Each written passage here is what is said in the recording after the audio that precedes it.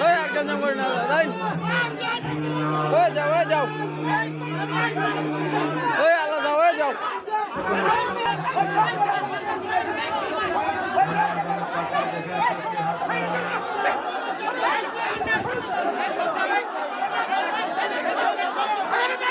এই সবাই বাইরে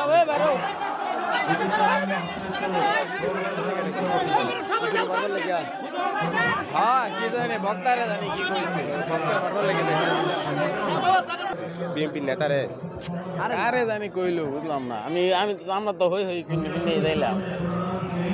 না এই বেটা